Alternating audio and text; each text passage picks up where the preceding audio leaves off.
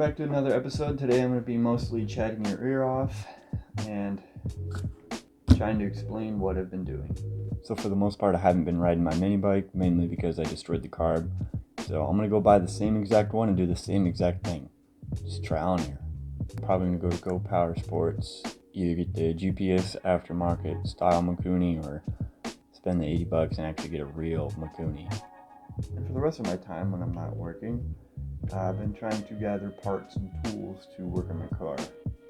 The Crown Vic has developed a pretty gnarly coolant leak that's pretty severe on the intake, more likely below the thermostat crossover, and whenever the thermostat opens up, it just spews coolant everywhere. All over the coils, injectors, all of the electrical stuff.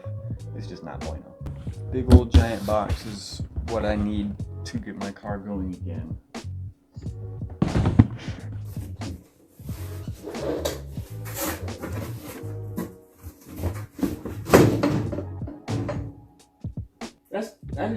What?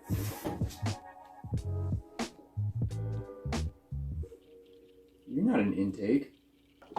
This here is a plastic composite intake with an aluminum coolant crossover.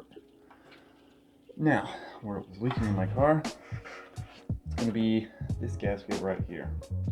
And the amazing, beautiful thing that I absolutely love that the engineers put together when they designed this car is that when you got the intake and everything on there and your coolant crossover is leaking, you can't just replace the coolant crossover with all these beautiful bolts that look very removable and replaceable.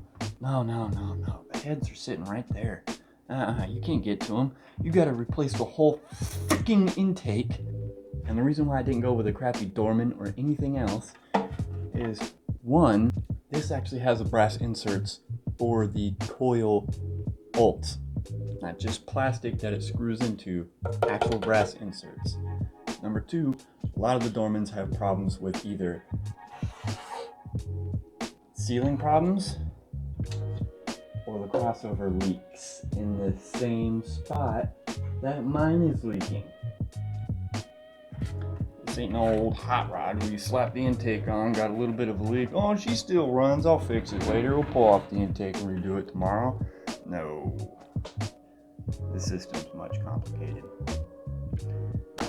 My gaskets haven't even came in yet, so I don't know why they would ship the whole intake, even my new hat, but no gaskets.